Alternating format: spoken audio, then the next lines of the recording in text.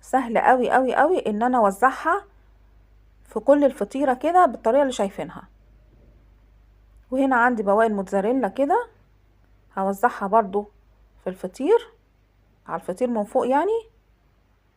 ولو ما عندكيش الجبن الرومي تغني، مفيش اي مشكلة خالص، مفيش حاجة يعني محددة كده هتوقفك وتقولي انا مش هعمل الفطيرة دي النهاردة عشان ما عنديش المكون دوت. لا ابدا، كل حاجة ما عندك في التلاجة ممكن تحشي بيها الفطيرة ديت، وهتبقى سهلة جدا ومتاحة في اي وقت. وهوزع بقى بقية الجبنة النستو كده اللي هي السايحة ديت فوق الوش. وهبتدي بقى كده هوت اوزع البيضة، حاطه لها ملح وفلفل، وهبتدي اوزعها كده على وش الفطيرة من فوق. بيديها طراوة يا جماعة، وبيديها وش وشكل جميل جدا.